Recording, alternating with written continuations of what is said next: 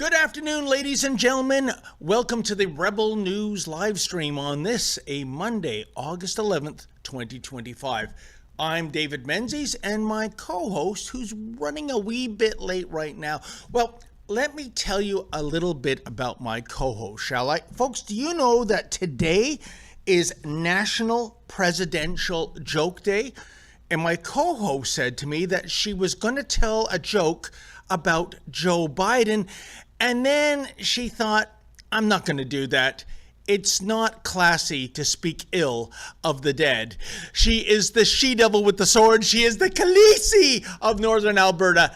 She is the sensational Sheila Gunn Reid. Normally we would throw to her right now, but Sheila is on assignment and running late. Not her fault, I assure you. So you're going to have to put up with me flying solo in the meantime. And without further ado, why don't we get to that fun-filled affair that is known as the Montreal Pride Parade? Here's the first thing I want to know. And by the way, if anyone can send in a super chat to inform me, to educate me what nudity has to do with pride, what adults dressing up as furry creatures have to do with pride. Well, certainly the cosplaying is not illegal, folks, but nudity, last time I checked, oh yeah, it's a criminal code violation, and law enforcement, wherever these impromptu nudist resorts in public breakout, they simply will not enforce the law. Gee, once again, one law for thee, one law for me when it comes to certain members of the protected class. But my colleague, folks, Alexa Lavoie, she was at Pride Montreal, and she came across some interesting characters, to say the least, including, well, knock me down with a feather. A Liberal cabinet minister was marching in Pride. That would be Stephen Jailbird Guilbeault, who began walking from the start of the Pride Parade in Montreal in the scorching summer heat. Gee, maybe that's the reason they justify nudity. But Olivia, do we have video of that? All right, so let me stop talking and you can check out the visuals.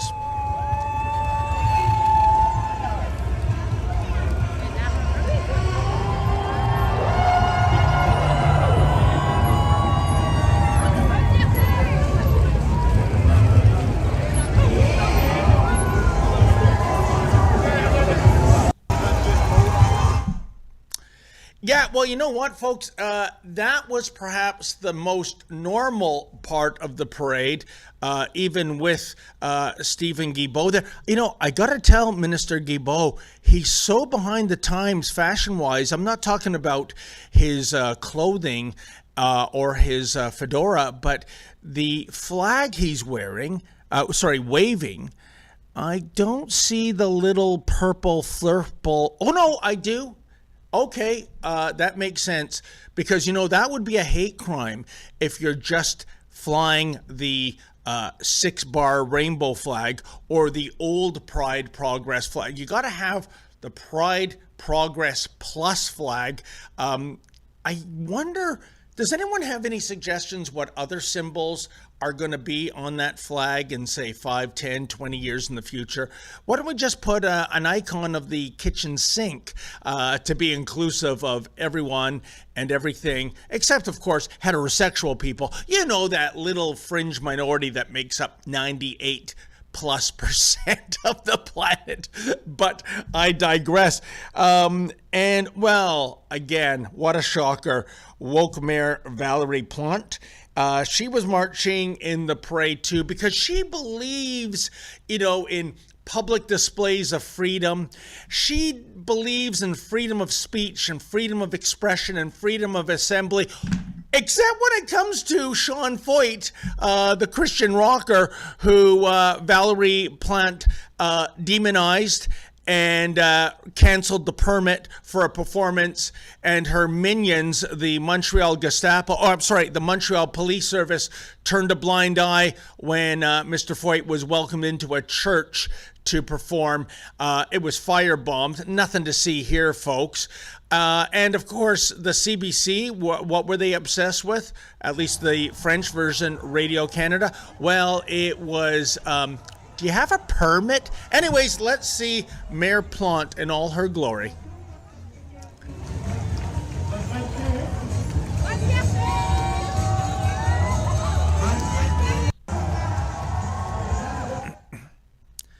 So isn't that something, folks? In a parade where there is public nudity, in a parade where, and maybe we'll get to these clips later, where my colleague Alexa was very much intimidated, and I feel would have been beaten had it not been us hiring security. And as the big boss man, Ezra Levin, says, he never ever regrets hiring security, even if they're unneeded. Better to have that insurance policy. So literally, it's a matter of sex and violence is okay with Mayor Plante, but a Christian rocker having a service in a public park, no, that is over the line. And look who it is. Oh, it's Christmas in August. Sheila Gunn-Reid is here. Hey, Sheila, how you doing? Oh, I'm great. Sorry, I'm late. I had some independent press gallery business to attend to that went just a little bit late, but I just wanted to make sure all of our members get their bang for their bucks. Actually, they're $10 a year to be a member of the independent press gallery. Did we tell everybody how they can get involved in the show? How they can send a chat? I would never steal your thunder when it comes to that. So please, Sheila, take it away. Okay, great. Because this is a very important part of the show, telling you how you can have your say. We sort of democratize the show, and it is a way for you to support the work that we do here at Rebel News completely willingly, unlike what Mark Carney makes you do with the unwatchable mainstream media and the I was going to say liars over at the CBC, but let's just say they have a distant relationship with the truth a lot of times. So if you want to support our work and you're watching us on the wonderful free speech platform of Rumble, you can leave a Rumble rant over there. That's their paid chat. If it's over the $5 US cutoff, we're making it obligatory. We're reading it on air. If it's under that, we'll do our very best to get to it, time permitting. Likewise on YouTube. Same rules apply. If it's over the $5 US cutoff and you leave us a super chat, we'll read it on air. If it's under that, time permitting, we'll do our very best. And if you are so moved by the Spirit, say you're watching the recorded version of the show because you can't take time away from work to support us as we're live, you can leave a paid comment. It's called a super thanks. And we really appreciate you choosing to spend your money with us. We know there are a lot of places that you can support as far as independent journalism goes, and we couldn't do any of it without you. So those are the rules of the game. We saw just now woke Montreal Mayor Valerie Plante marching in the Pride Parade. Yeah. But I see that we have this clip from Guillaume. He called it Wild Pride Montreal. Anarcho-queer for Palestine. They have a sign saying death to the IDF. Wow. And then there's a rainbow, right? Because of love. And yeah. Love always wins. Right above their death to the IDF sign. Is this a video or is it a... Yeah, of course it's a video.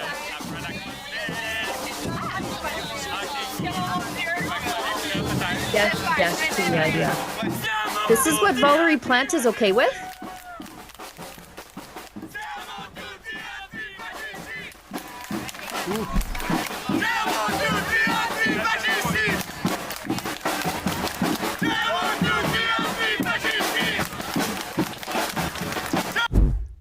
Next plane to Ramallah. Off you go. Yeah.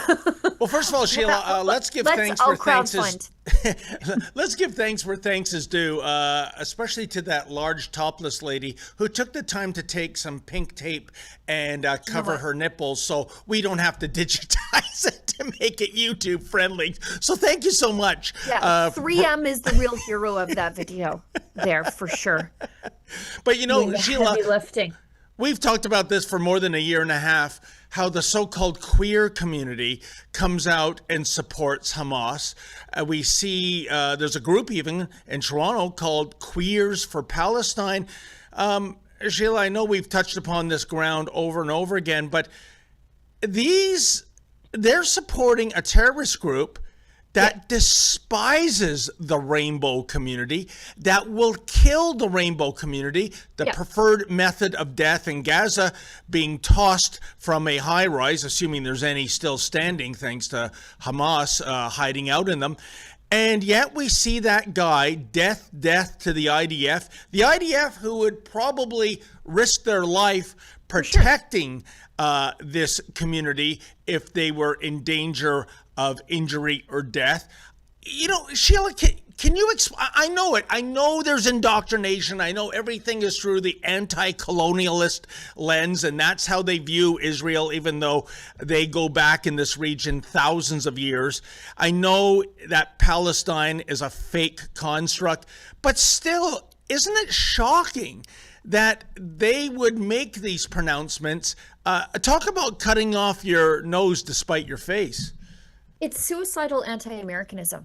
Yeah. I think probably the most American place on the face of the earth outside of America, and excluding Canada, parts of Canada, I should say, it's probably Israel, with their sort of commitment to the military, and they're very capitalist.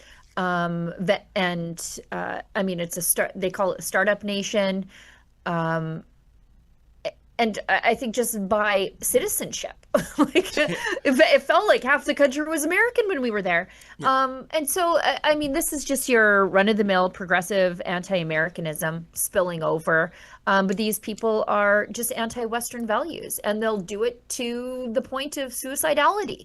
They think that everything about the Western world and the Western way of life and all the values upon which Western society was built, they have to pull it all down. And if it means their own death in the end, I think they're okay with that. And that is indeed why you see everywhere these demonstrations, and especially on campus, this unholy alliance of the Marxists and the Islamists. And you might think, what do they have in common? Well, their prime directive is identical. Namely, as you alluded to, Sheila, tearing down society and rebuilding it either as a Marxist utopia or a Sharia utopia, none of which has ever come to fruition. Right. And by the way, I want to say, they'll fight it out amongst each other in the end, but first they'll destroy us. That's right. So, So in the meantime, the enemy of my enemy is my friend, as they say in the Middle East. For now. And make no mistake, folks, those people that were surrounding Alexa, they were being vulgar. Yeah, they were being loud, but that is their right. I am telling you, without the security you could not see, they were off camera, they would have been violent. Over and over again, Alexa and Guillaume have been assaulted by the rank and file members of Antifa and the Rainbow Mafia. And even when there's a big police presence, like there was at the Pride Festival in Montreal, those worthless cops will turn a blind eye and a deaf ear. They do not enforce the law if the politics are not correct. The third clip we should throw to... Hang on. Olivia informs me that we actually have a clip of Alexa explaining her interaction. And that other clip with the tape and stuff. I feel like I could smell that video. You know what I mean?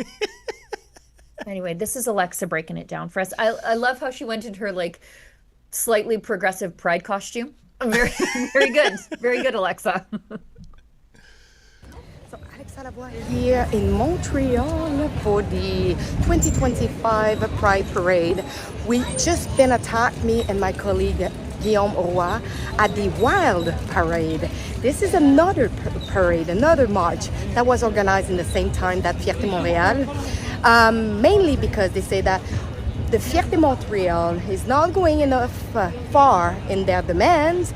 So mainly that parade, that wild parade, was mainly against Israel and Zionists, because I saw a lot of signs displaying death to the IDF. So it's supposed to be a hate speech here in Montreal, but the police didn't seem to care because no one have been asked so far to remove their signs.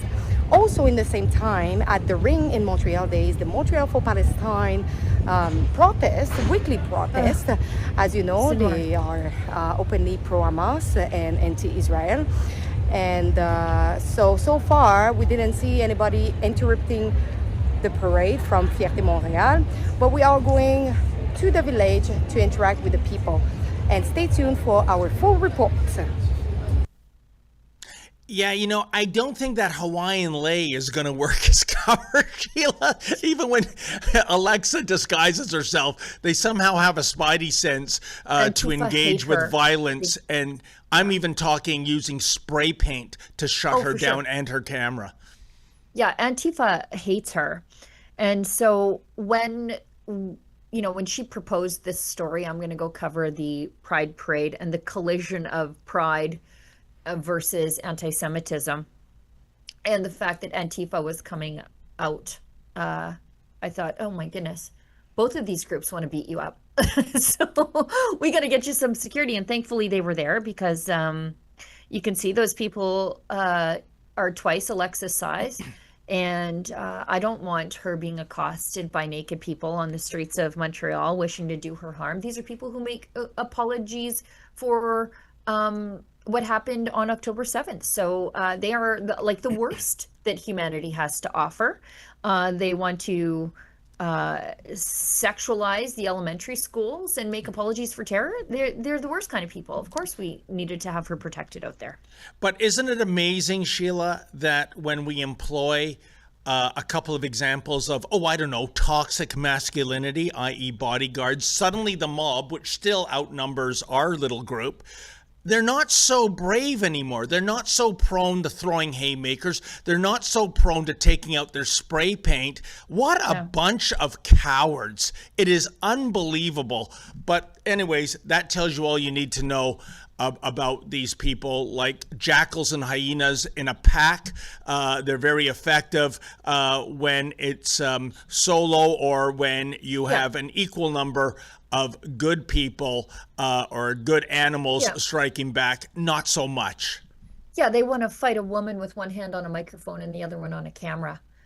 Like they're just the absolute worst kind of the dregs of humanity. Speaking of just human oddities, massive presence of puppy play. Goodness gracious! Puppies! Sheila, I love puppies. No, you don't. And the furry community at the Montreal Pride Parade, as if this is reflective of your ordinary gay friends and neighbors who just mow their grass on the weekend and go to work and pay their taxes. I can understand why they don't want any part of this.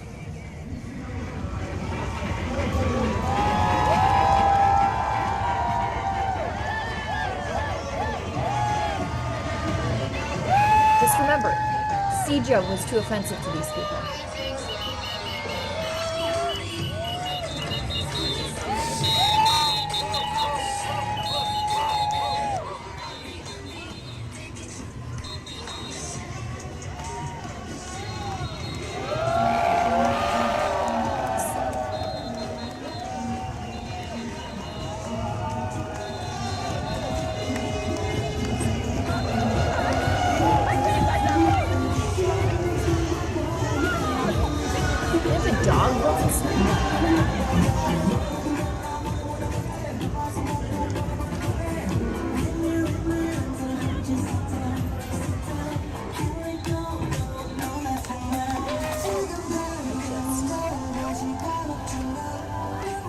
In a diaper. There's the guy in a diaper, or girl in a diaper. Guy in a diaper. I don't know.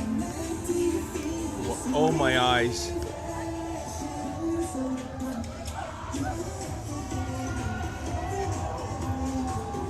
At least this one is covered up. Am I pro furry? Another guy in a diaper and a dog mask. A baby.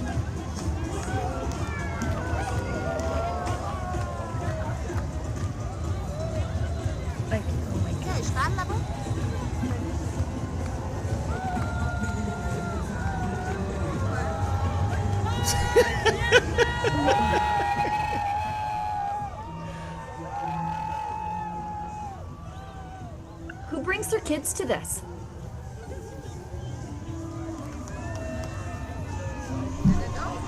Yeah, I think we might have had our fill. I'm good. I've seen all that I need to see. My heart is hardened Well, after Sheila, seeing that. I'm going to veer down another course after the last 3 minutes of observing these people. If this is presumably how they go through life, I really feel sorry for them. What do they do on October 31st? How do you dress up for Halloween when you're already a freak for the 365 days a year, wearing diapers, wearing puppy masks? I really feel bad for the guy in that full wolf costume. He must have been, or she, a real sweaty Betty. It looked like it was He's about my plus. favorite because he was covered up. He was my favorite. I don't care what people do in their private lives. Like, I just don't. I don't have it in me to care. I fundamentally disagree with it, but I just don't have it in me to care. I don't want you to care about what I do either. But it's when it's to the streets like Yep. this. And then when people drag children to it.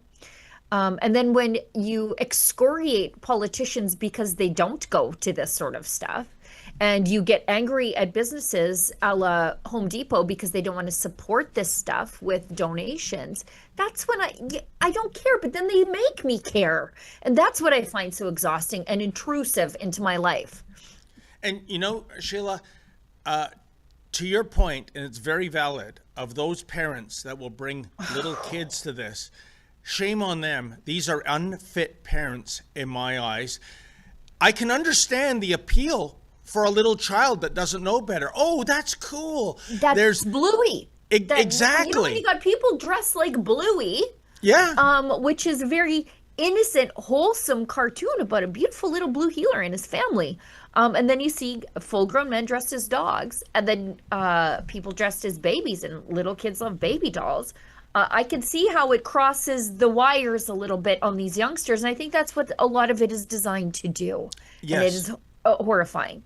And slowly the line moves, Sheila. Our beloved colleague, Drea, was telling me when we were in Alaska, I had missed this story originally, but did you know that the minor attracted people, MAPS, otherwise known as, well, in basic English, pedophiles, they, a couple of years ago, were pushing for an inclusion of their symbol, I don't know what that is, a lollipop maybe, to be part of the newest Pride Progress flag. Even for the super radical queers, that was a bridge too far. But what does that say? That says to me that this is the final frontier. They want recruitment, not only of straight people, but minors. And the idea that there's actually a community that has come up with a sanitize for your protection name for pedophilia, minor attracted person, or another word, Sheila, is intergenerational love. You know, if I'm a 49-year-old man and I'm in love with a 8-year-old girl or boy, and they're consensual with, this, who are we to complain? That's the argument here.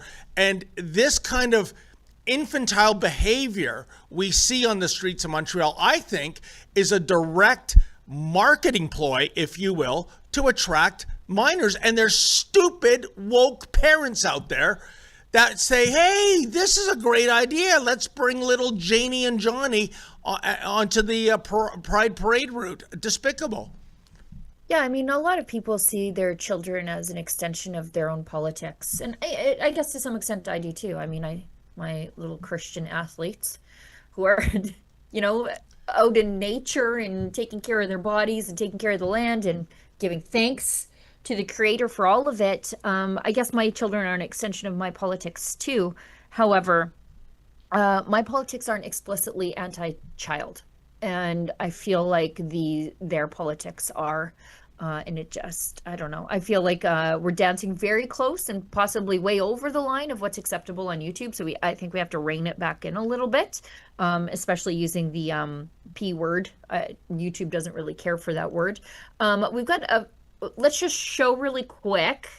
Sheila, and if I may say, I'll let, if Olivia maybe can, because I think this example of what we're going to throw to, this Pride police cruiser, I think this is an example of sincerity is the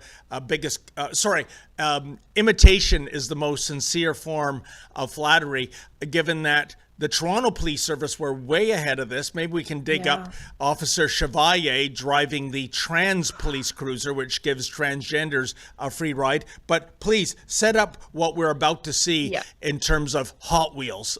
It never ends. The Trans Pride at the Pride March in Montreal. What is that cop car going to catch, by the way? A cyclist? A cold? An STD?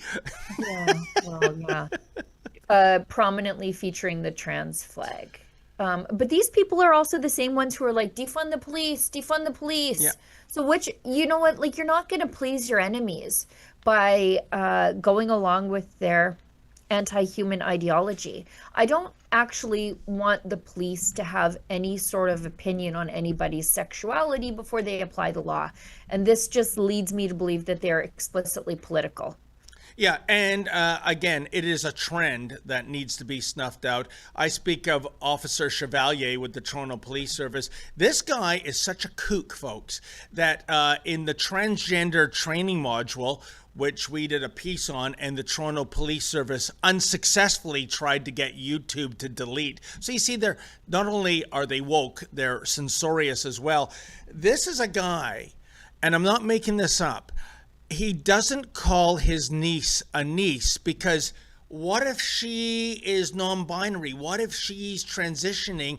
So it's neither niece or nephew. He invented a new word called nibbling, which I thought was a brand of licorice, but what do I know? He didn't invent that word. I started doing some research on where it was invented. I can't see where it was spawned into the lexicon, or rather barfed into the lexicon, but he just adopted it. He saw it and thought, right on. I'll use that one. So unbelievable. So Chevalier is essentially an Uber driver for the Toronto Police Service, driving his trans police cruiser. It's an SUV, giving rides to, well, transgender individuals who are either, I don't know, intimidated or too lazy to walk. But they're special, you see. And I thought for a second I saw the clip, but there is and by the way, let's show that, Olivia, because you know, as you can see, Sheila, Chevalier's got that patch on with the perverted Canadian flag, which you're not allowed to do. You're not allowed to alter it. But even more important, you're not allowed to alter the uniform or the cruiser. At least those used to be the rules. And now the wokesters with the police services, they are walking, talking billboards, but only for certain causes. I mean, if Officer Chevalier was wearing a Make America Great Again patch, he might not only be disciplined, but in the cooler for a couple of days. But yeah, as you can see by the subtitles, this is the non-binary way of talking to your nephew. And if you do go on Google later, folks, you can see Chevalier behind the wheel of the trans police cruiser escorting a very large transgender person to, oh, who knows where. But, you know, it's great, Sheila. I would love to be in Toronto and get free rides because I'm transgender. How did we ever get here? It's the hierarchy of victimhood, and you being a straight white male, you're somewhere near the bottom. Not near the bottom, you're at the bottom.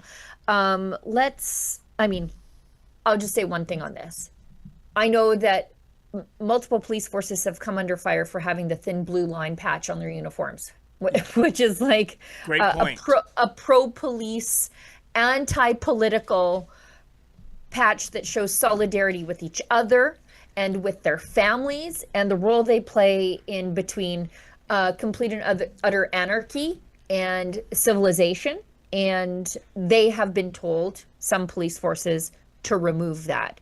But this kind of stuff is okay because apparently it's not political and it's about human rights. Sure. Sheila, That's an excellent point. And I go back some 15 years ago when I remember there was a big furor over City of Toronto vehicles putting the yellow ribbon for solidarity for our veterans and for those members of the Canadian Armed Forces fighting in Afghanistan, literally putting their lives on the line. Oh, that's a little extreme, you know. We can't have that.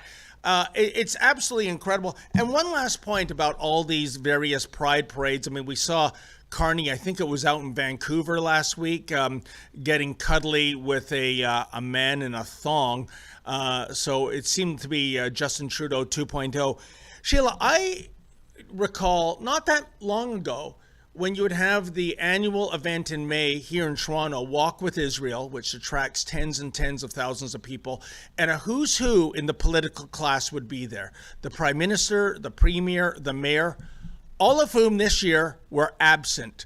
They couldn't be bothered with this. They couldn't be, invested to show solidarity with the one true democracy in the Middle East, where, by the way, I should point out, there is 2 annual pride parades, one in Tel Aviv and Jerusalem. And yet they will come out to these pride festivals where laws are flagrantly being violated, and it's all about beautiful diversity, equity, and inclusion. What an absolute bunch of despicable leaders we have in power right now. And yeah, I'm even looking at you, Dougie Ford.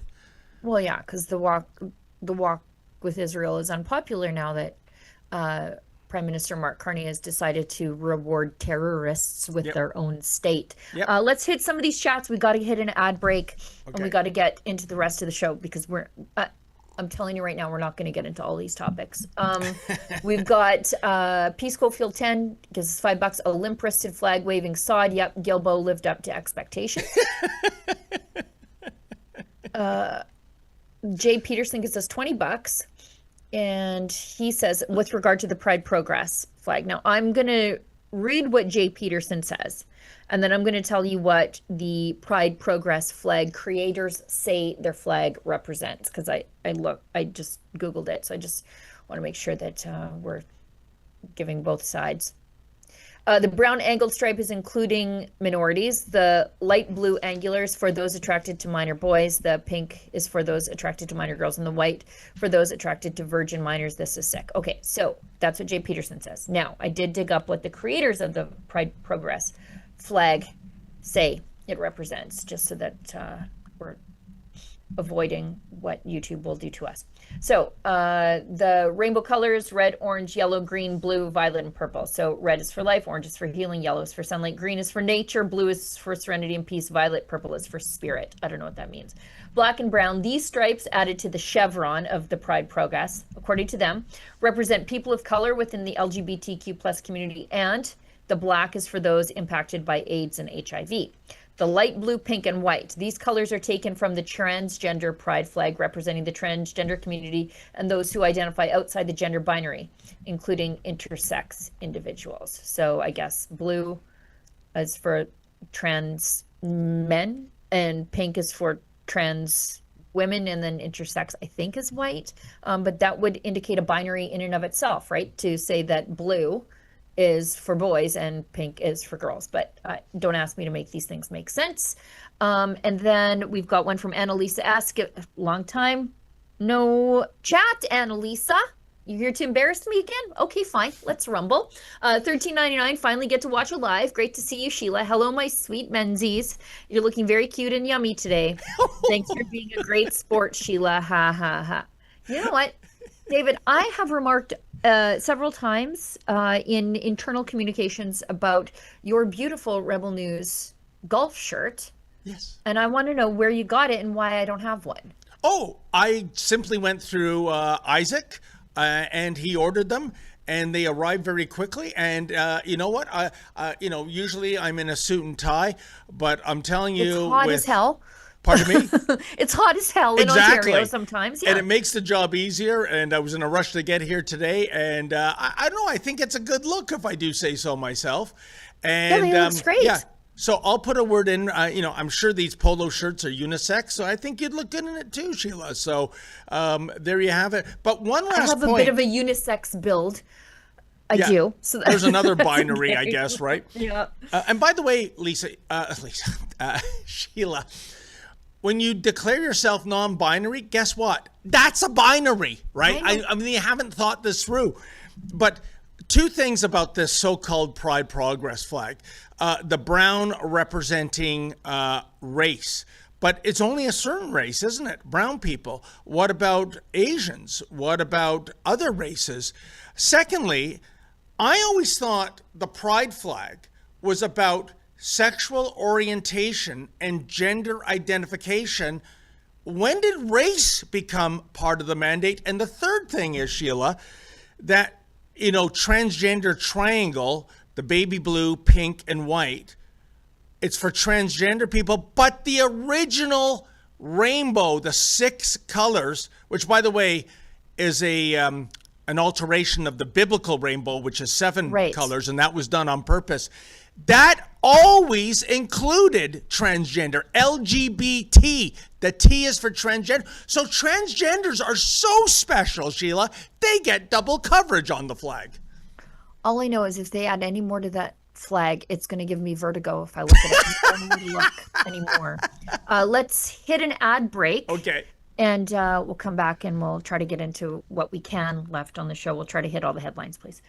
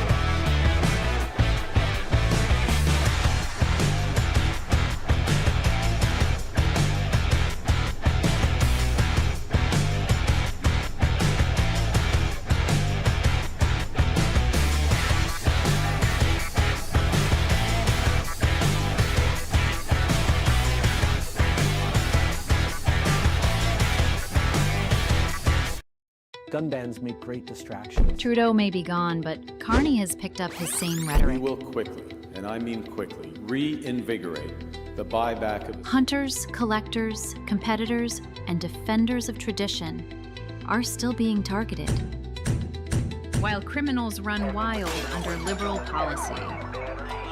But we are fighting back. Join us, Canada's National Firearms Association, in defense of freedom. Sheila, I just love our Jumbotron equipped truck. It is my second favorite vehicle in the world. My first one being a 1970 AMC Rebel the Machine. And if there's any super rich oligarch out there that wants to give me the greatest birthday present ever, please give me one of those, restored or a resto mod. I'm not picky. And I got to tell you, Sheila, what I worry about is how soon will it be when you see certain municipalities, I'm thinking of you, Nanaimo, BC, I'm thinking of you, Pickering, Ontario, where bylaws will be put in place to outlaw this kind of messaging. I know it's coming, and I'm even more concerned because, as you know, on Saturday, I went to Detroit to see Sean Foyt, the Christian rocker. And folks, Detroit, Michigan is precisely 1.8 kilometers over a bridge or under a tunnel away from Windsor, Ontario. And when you cross over that less than 2 kilometer space, it is akin to Dorothy in The Wizard of Oz going from dreary Kansas to the Technicolor land of Oz. And by that I mean the freedom of speech that is enshrined by the Constitution via the First Amendment. There was Sean in a park in Detroit, no cancellation from the City Fathers, no Antifa, no Rainbow Mafia, no Islamists trying to shout it down. The show went on, and what a joyous affair. Sheila, I don't think the dichotomy of the freedom they enjoy in the U.S. and our lack of freedom in Canada has been more profound. David, my computer is completely frozen. I can't do anything. I can't say or see anything. Hopefully you can hear this, but Yes. let's go into, just so that I can sort of sign off and reboot everything, because what kind of a Monday am I having? Oh, it's a real Monday. It's not my day. I'm not even on the same calendar as this day. I'm on the Gregorian calendar, and today is Julian. Let's go into Meyer Feig. It's a video that says, today in Montreal, Jewish father with 3 kids beaten in an unprovoked attack by a disturbed person. And he lays the blame at Mayor Valerie Plante, who was busy marching in the Pride Parade instead of paying attention to the horrors of her city. So while you guys watch that, I'm going to do my best to reboot everything, and I'll be right back. Thank you.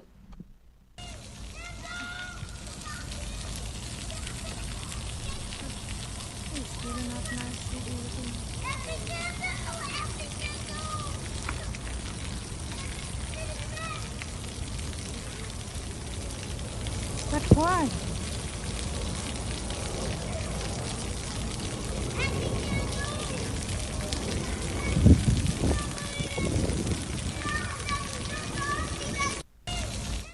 Yeah, folks, that was absolutely despicable. And I know the cynics out there are probably saying, well, what happened before the camera started filming? I don't think it's very likely that a father with young children is wearing trouble on his shirt when he's walking in public.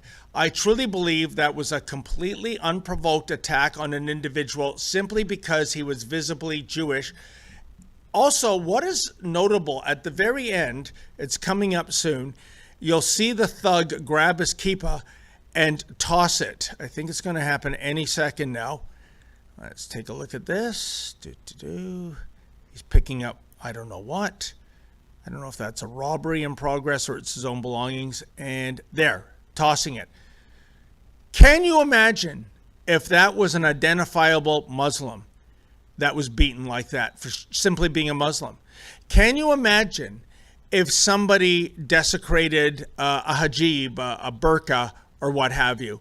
Well, we don't have to imagine. We remember back in Toronto, the so-called hijab hoax, where a girl completely manufactured an attack. It ostensibly occurred, due to her words, from an Asian man. We personally think the parents were involved in putting her up to this, and she blew the identifier. She probably meant to say, or was told to say, Caucasian, but that's neither here nor there. And what happened? There was a press conference called within hours. You had the Prime Minister fly in from Ottawa. You had Mayor John Tory race out. I believe the Premier at the time was also there. The Toronto District School Board conducted this big press conference about an 11-year-old who was maliciously attacked. It was the hate crime. It was Toronto's day of infamy, except that it wasn't.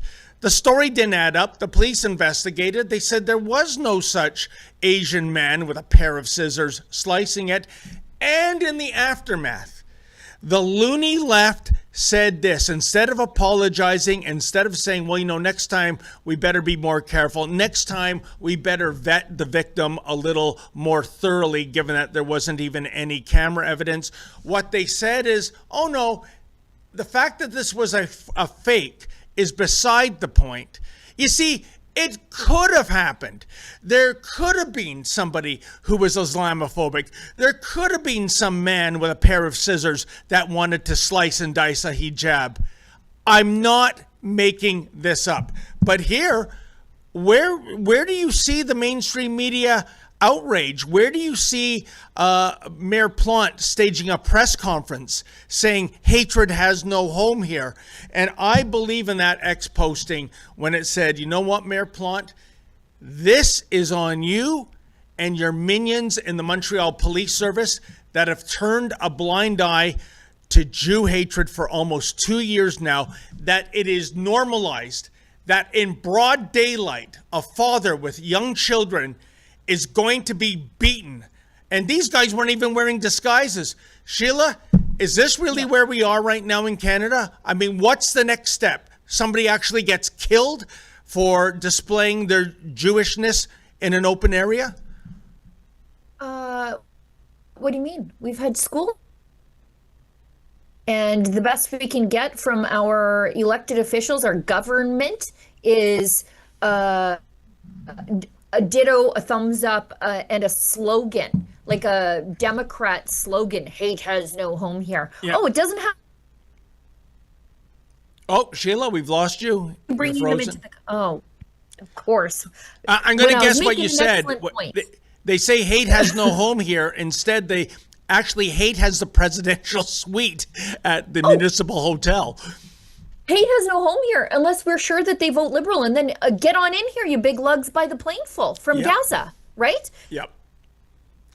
Unbelievable. So another benchmark, I think, in terms of where we are, in terms of who is unacceptable to hate and, well, who is applauded for the hatred. I hope they catch this guy. But given the courts, when it comes to anti-Semitism, I wouldn't be surprised if at best he gets a couple of weeks under house arrest, which is really a typical Monday in most people's lives for those who work at home anyways. And Sheila, because Yeah, we have a just lot don't honk your horn. Just don't honk your horn in the nation's capital. Then they'll throw the book at you and treat you like an actual terrorist. Oh, of course. Well, Yara Sachs, that loser who until recently was still pretending to be the MP for York Centre in Toronto. Remember, honk honk is an acronym, her words. This is how stupid she is. She doesn't even know what an acronym is for Heil Hitler. Okay? So, yeah. So thank God that thug wasn't in a vehicle honking his horn. That's the real crime. Well, and then there's Gary Ananda Sangari, our politically and terroristically contaminated public safety minister who had to recuse himself from terrorism files, yet he's the minister in charge of terrorism files.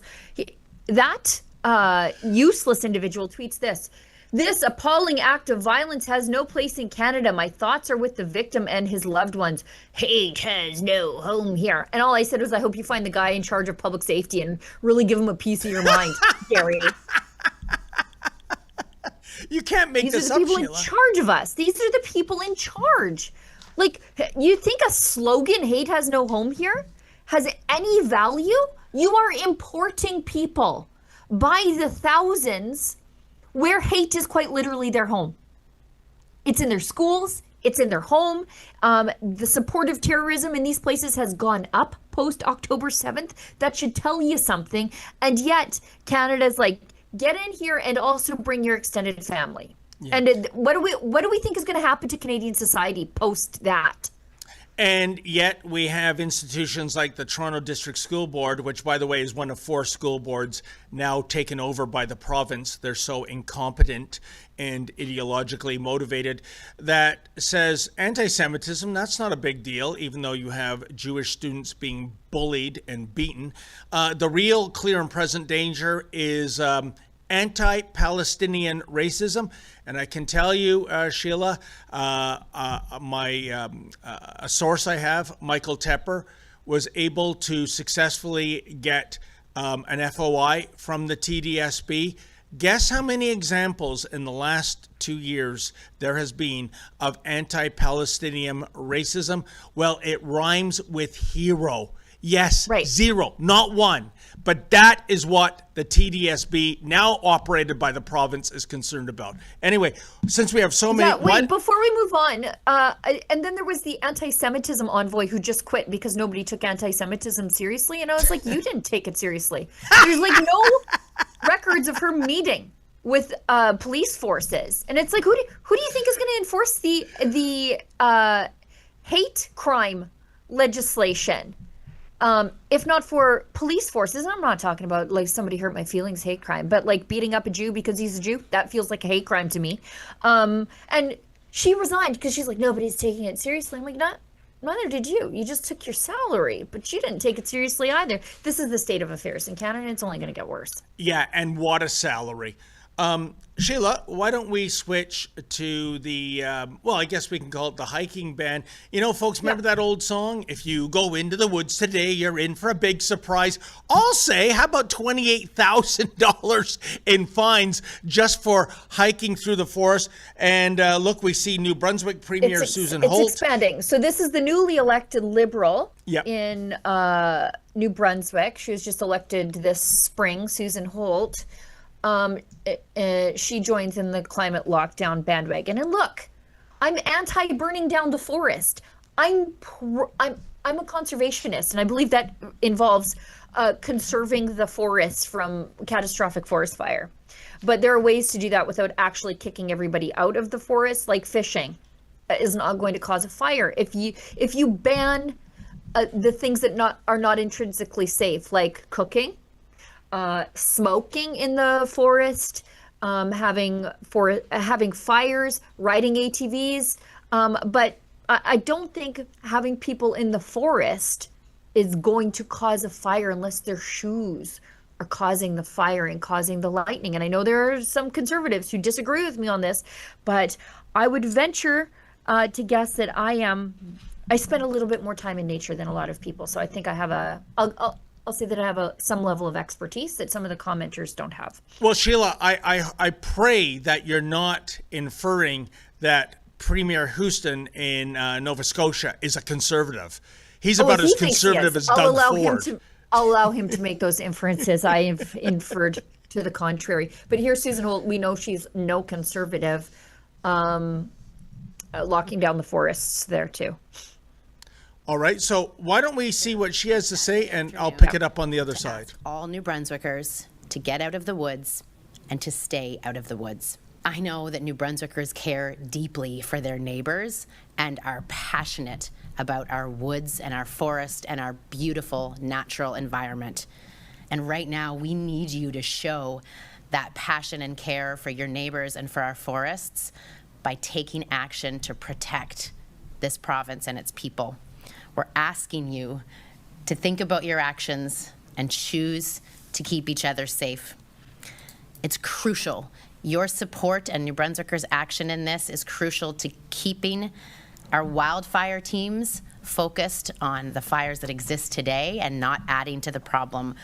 We need to allow our teams to do what they're doing now and not strain our resources further.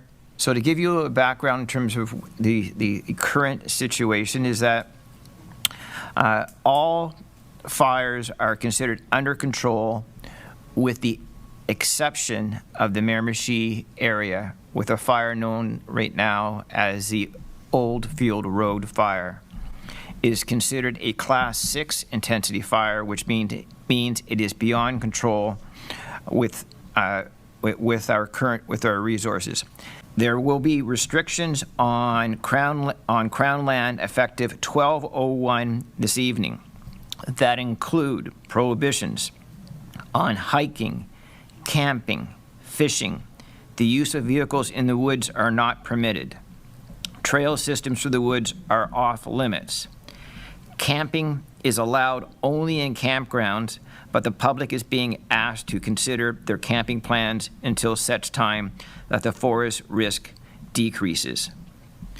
We are asking private landowners to take the same precautions to protect their land, their homes, and their communities.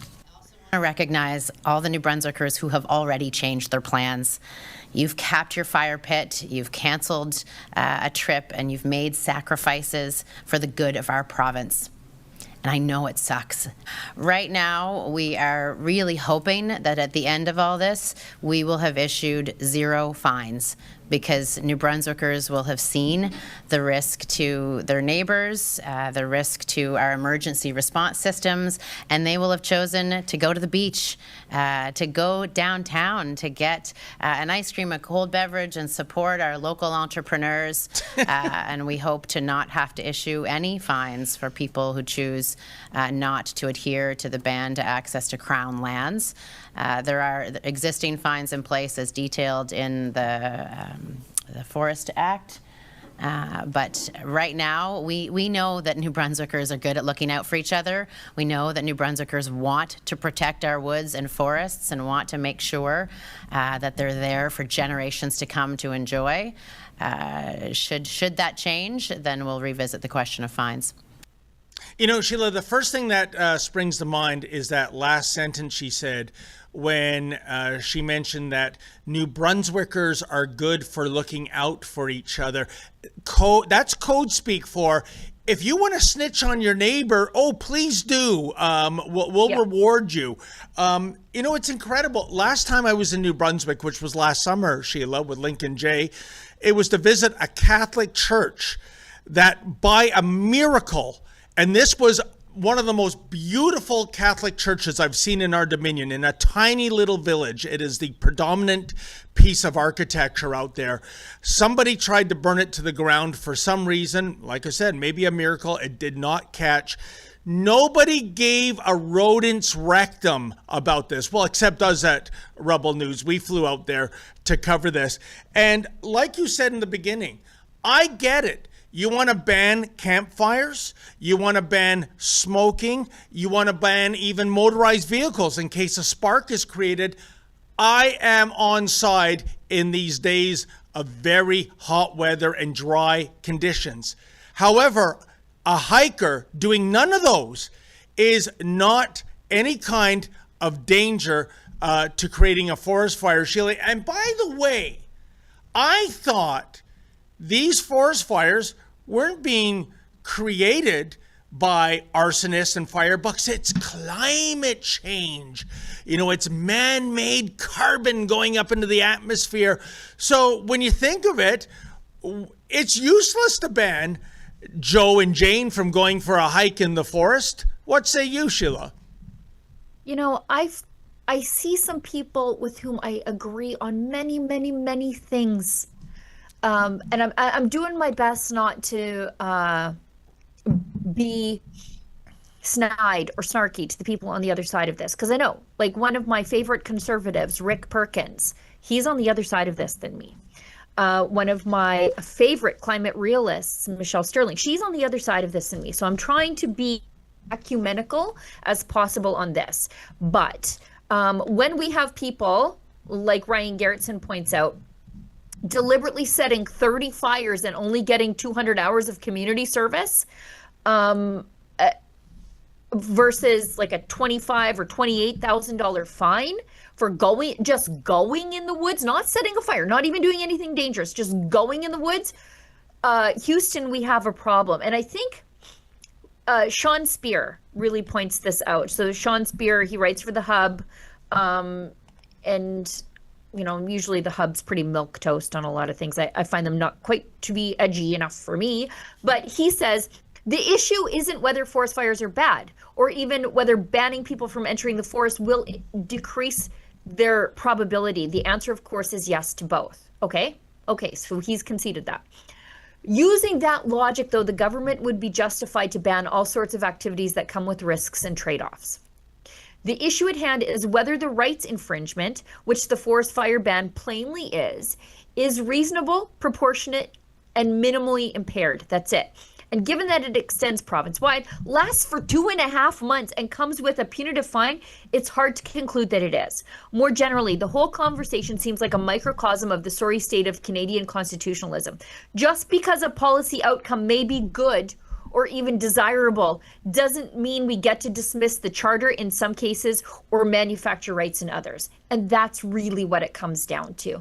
Did locking people in their homes stop the spread of COVID? I would say no. Some people might say yes. But regardless, locking people in their homes is an undue infringement of their charter rights. And just because there's risk associated in it or a good outcome doesn't mean that you're allowed to do it. That's it. 100%. And there's one other point I want to make, Sheila, and that is I liken this to our obsession with handgun bans to reduce violent crime. Because the presumption is that if the gangbangers are told it's illegal to have a handgun, well, that's going to just shut down the gangs, isn't it? I mean, can you imagine that, Sheila? I mean, by definition, if you're a gangbanger, you habitually break the law, including gun legislation laws. And where I'm going with this is, yes, there are arsonists and fire bugs out there. They do get their jollies going to abandoned buildings, and yes, even into the forest under ideal conditions to set a fire. They are sick and malicious, and they need the book thrown at them.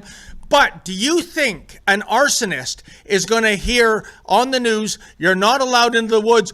Oh, well, geez, I'll have to get my jollies elsewhere. I can't set a fire. Arson is illegal already. It's like that, arson is already illegal. So what is the point in all of this?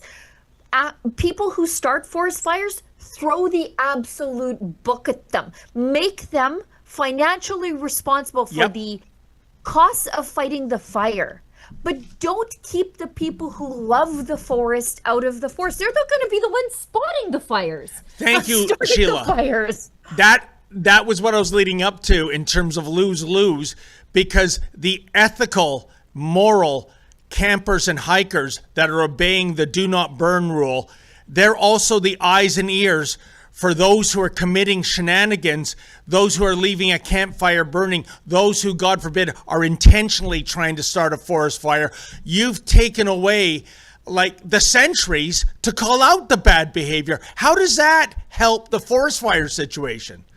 Exactly. I mean, it just doesn't. I mean, we're the ones cleaning up the garbage on the trails. We're the ones clearing the trails, by the way. Yeah. Like in some of these forested areas, who's clearing away the deadfall to keep the trails open for everybody? It's the people who use the trails. It's the quadders. It's the snowmobilers, the hiking groups, the people running the poker rallies. They're the ones doing it for free, by the way. And you're just kicking all those people out. Sheila, you forgot a group there based on my almost 3 weeks in Ottawa during the Freedom Convoy, and that was the Freedom Convoy demonstrators who were habitually cleaning up the litter, including picking up little cigarette butts that were invisible in the snow. But downtown Ottawa never looked cleaner. Yeah. Well, isn't everything sold to us in pursuit of the greater good? And actually, Lisa Raitt, who is one of those very, very red Tories, she was on More in the Morning talking about her fellow Nova Scotians. Anyways, she's at least honest in what she says here. So maybe we can listen to that, and then we'll get to the last couple of chats, and then we'll wrap the show. Please.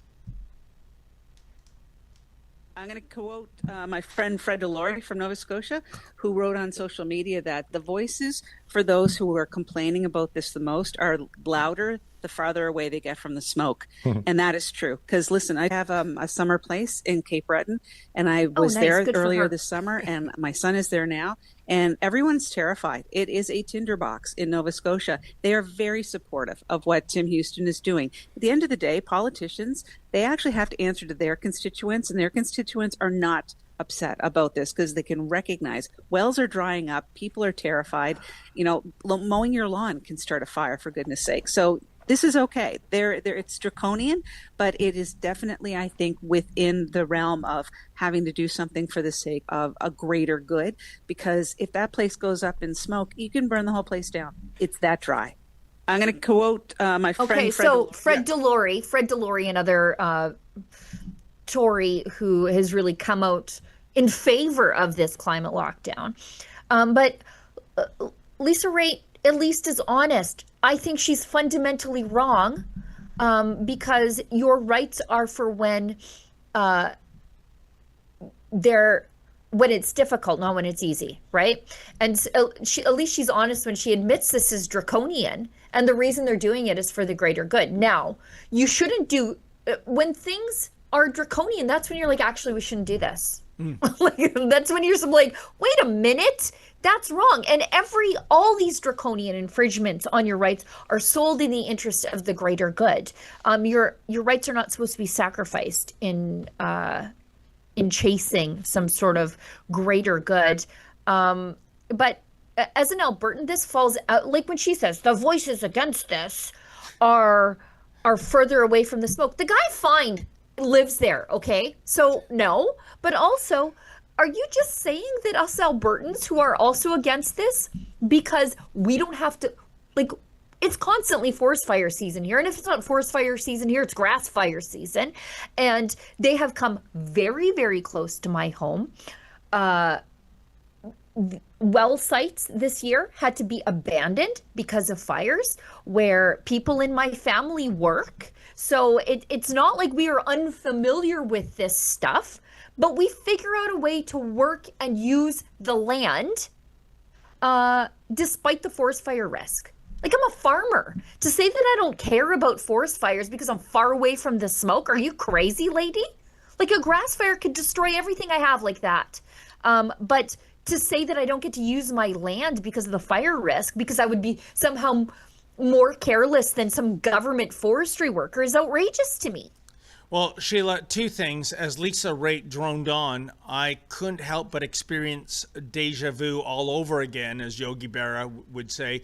And that was to say, this is the language we heard on a frequent basis during COVID, wasn't it? Precisely. Yeah. Stay home. Yeah, it's a stay out of church. Yeah, it's a violation of your charter rights. But it's for the greater good. And then at the end of the day, we're like, what greater good? And the second thing, Sheila, is how out of touch Lisa Raitt is in the here and now in Canada. I have a summer place in Nova Scotia. Yeah, really? Hey, Lisa, have you noticed how many Canadians are going into personal bankruptcy? Have you noticed how many mortgages are being defaulted? I was just in Windsor yesterday, 11.2% unemployment. I believe that's the highest stat of unemployment since they started collecting these stats. And you're worried about your summer home? At least you have another home to go to. And I just found that really jarring, Sheila. What I found outrageous was when she brings up, oh, well, we have a summer place. And it's like, well, the people who don't have a summer place, they put on their hiking shoes and they walk around in the forest because it's free. Yeah.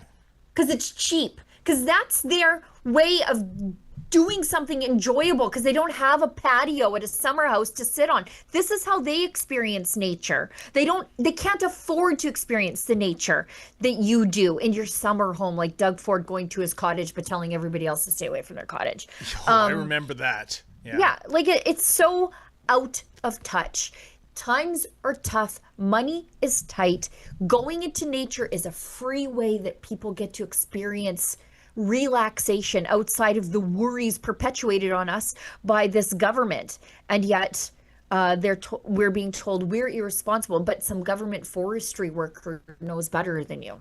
It's amazing. If Lisa Raitt and Aaron O'Toole ever become single, boy, there is a power couple in terms of fake conservatives in Canada.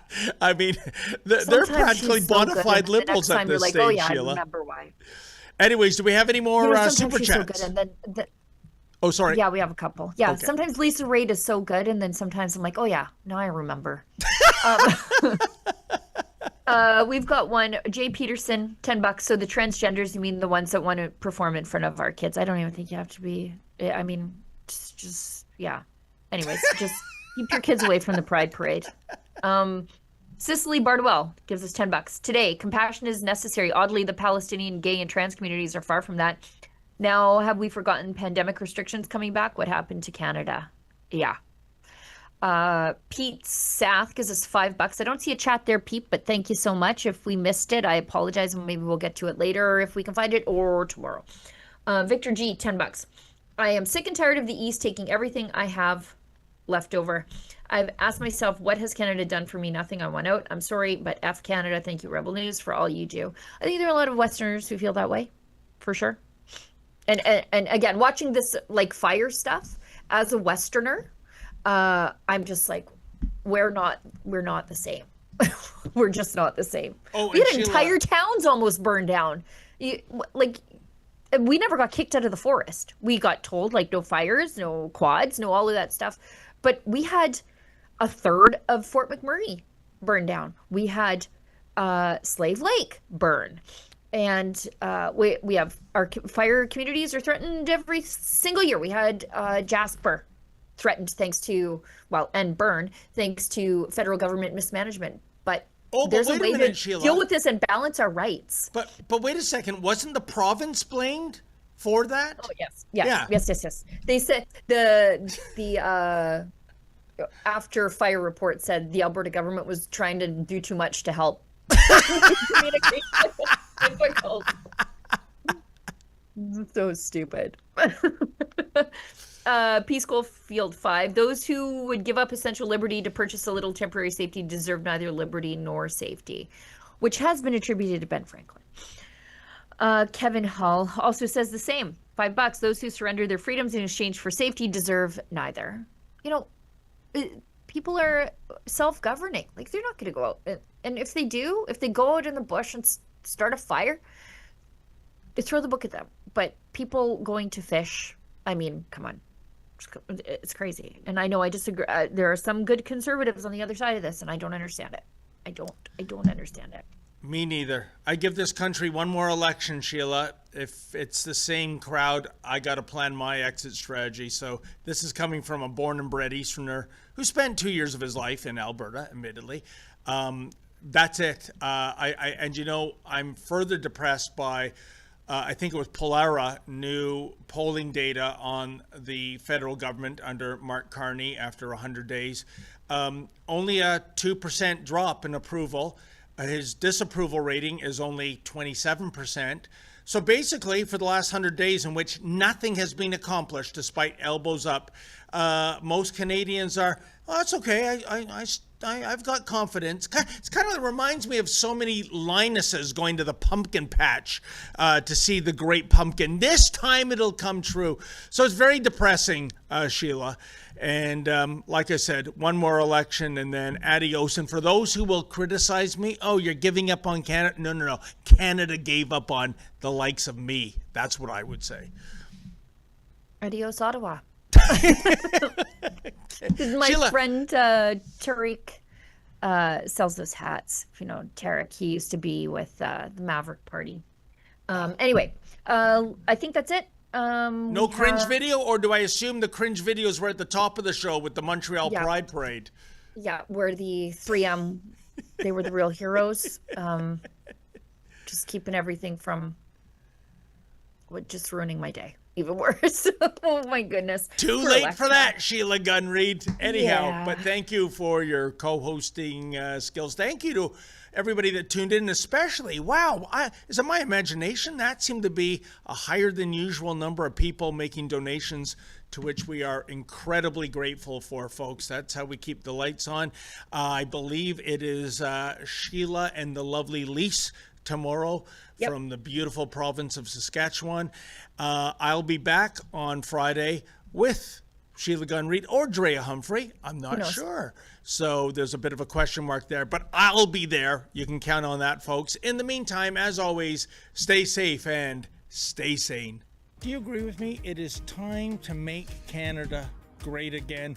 And that is why we at Rebel News have teamed up with MCGA Hats to introduce, well, the fashion sensation of 2025. Oh, and by the way, these beautiful hats, they are made in Canada. We don't rely on cheap imports coming over from China. So what are you waiting for, folks? Show your pride. This is the perfect thing for a patriot to wear, or maybe there's a patriot in your life that you would like to gift such a hat. Please go to mcgahats.ca. That's mcgahats.ca. Don't be shy about it. Wear this cap. Let everybody know you want to make Canada